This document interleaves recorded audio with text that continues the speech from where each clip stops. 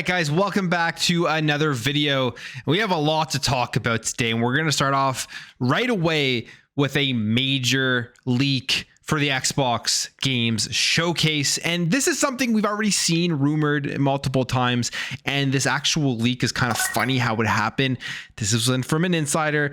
This wasn't from somebody putting out random information that they're hoping to hit and then it coming true later when the showcase showed up. This was directly from the publisher, the developer themselves, and that is Atlas accidentally posting two major trailers that are going to be announcements at the Xbox Showcase, which is we've seen it coming, and that is Persona 3 and Persona 5 Tactica, Tactics. Let's just say Tactics, okay? And this is the announcement, and it's a huge announcement in my opinion. I think this is a shocking announcement if you're an Xbox fan, and Xbox is shocking people with this announcement. And that is that Persona 3 Reload, which is the remaster or remake of Persona 3, and Persona 5 Tactics are both coming to Xbox Game Pass. Now, the original rumor was it was only going to be Persona 3 Reload, which is going to be releasing in early 2024. But now we have it confirmed here pretty much that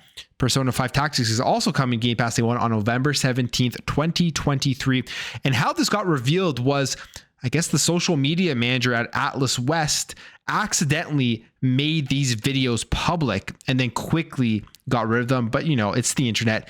You don't have too much time to cover your ass if you're going to make a huge mistake like this. And the trailers have all come out.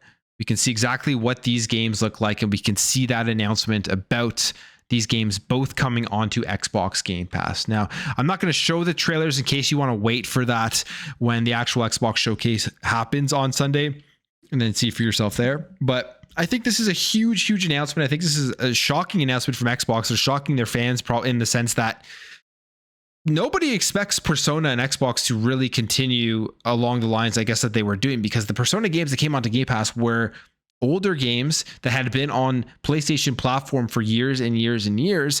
And they came onto Game Pass, which was finally a great thing. But now we have these brand new games, day one, dropping into a service and onto a platform that historically the games haven't been there. So I think this is great because it shows that Xbox is willing to go out and pay for these games to get onto Xbox Game Pass, to bring more JRPGs to the service, and to continue to expand the amount of genres that come onto Xbox Game Pass. But secondly, obviously Sega and Atlas looked at the numbers for Persona that came onto Game Pass previously and thought that they were good enough numbers to want to make a deal like this. It's not always just about the money big. There has to obviously be some business incentives and some additional return on the investment for making a deal like this. And that is going to bode well going forward into the future for more Sega games coming and for more Japanese games coming onto Xbox Game Pass. So very cool announcement. And like I said, I think this is a shocking announcement from an Xbox perspective. And if from a PlayStation perspective, they're probably shocked to see these games landing into the service day one. And I'm guessing they're also going to be releasing on PlayStation, but they're going to have to go out there and pay full price. The other question you have to ask yourself, if something like this happens where these games land day one and you're somebody on PlayStation where you have primarily played these games throughout the years, is there incentive enough there for you to go and sign up to Xbox Game Pass rather than going and paying full price for these games when they do release? So really, really cool announcement. Xbox has done a very good job so far this year with keeping everything under wraps. They probably are very annoyed that this did get leaked, but it was one of the worst kept secrets, I would say, if you've been following all of the banter online about potential things that could happen at this show. In one of my predictions, I thought that it's kind of an out of the box announcement. Persona 3 specifically landing onto Game Pass just because of the previous relationship with these games at Xbox. But hey, they're coming, they're here. They're coming to Game Pass Day 1, and this is signs of already huge announcements at the show that can easily take the summer of showcases. And if we're sticking on talking about showcases, let's talk about Summer Game Fest that happened yesterday. I streamed it from beginning to end. Thank you all for jumping in the stream who were there. And it was, I don't know how to put into words what I really think about this showcase other than it was a very mediocre showcase in my opinion. It was very odd how it started, and I was extremely excited expecting this to be a very good show, to how it ended, where I was just bored and I thought that a lot of the stuff shown off with, there's just way too many sections of fillers and nothing that was that memorable besides the very, very beginning, which they did show off a new Prince of Persia game, which is a side-scrolling action platformer. For me personally, I love that genre of game, so I was extremely excited to see that. I believe that was the very first game they showed off.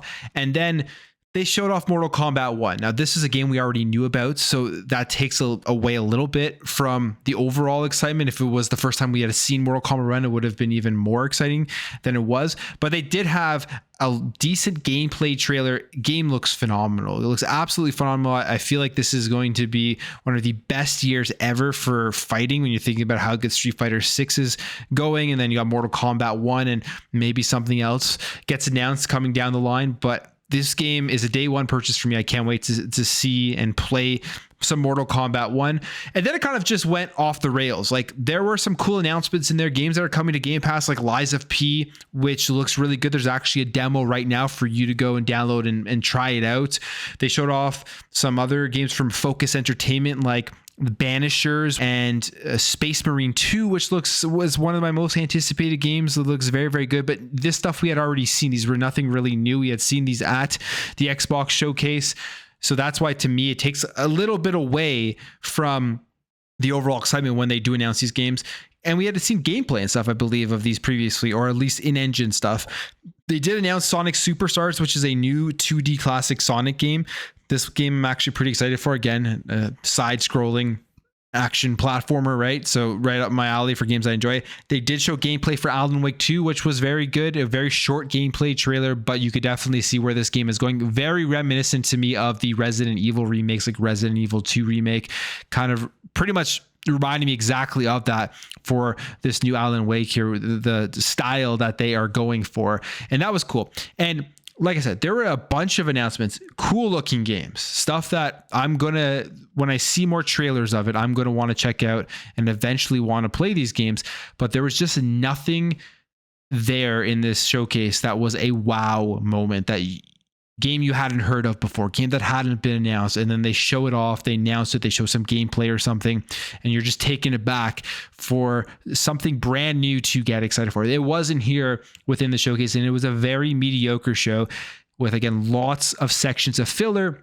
And that will never go away with Summer Games Fest or any of Jeff Keighley's shows, because he needs to have a ton of filler in his shows in order to be able to actually run these shows, to be able to make as much money as possible and get funded to put these shows on. He's not the huge corporation like Xbox or Microsoft. He needs to do those things, and that's just the reality of it. But it brings me to my next point, where after watching this show, I missed E3. I missed E3 way more than I did before jumping in here to Summer Games Fest, because I felt like during E3, there were multiple different showcases, but they were more focused and they hit harder from the stuff that they did show off.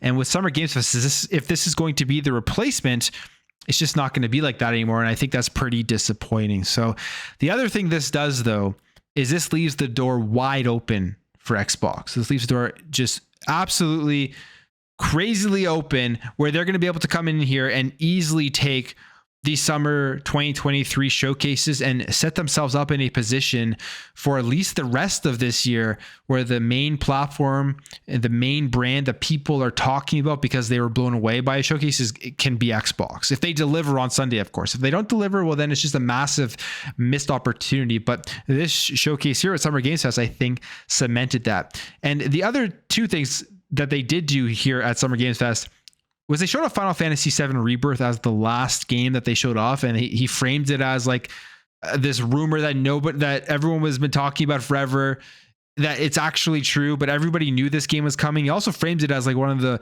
the most anticipated RPGs, or the most anticipated RPG, something along those lines, which is kind of disingenuous if you really think about it, because like Starfield, I think, is the most anticipated RPG. And they, for some reason, announced Spider-Man 2 release date at this show.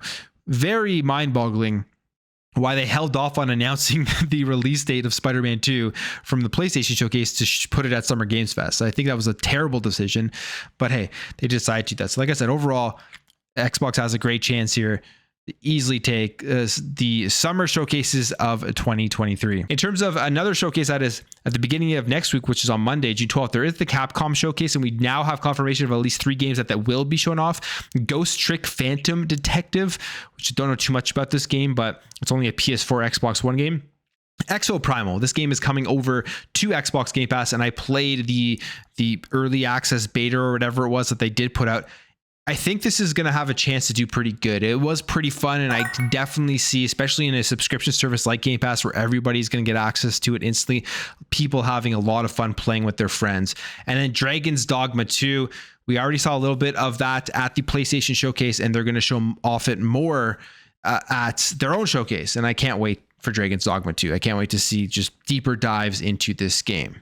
So lots of stuff to talk about.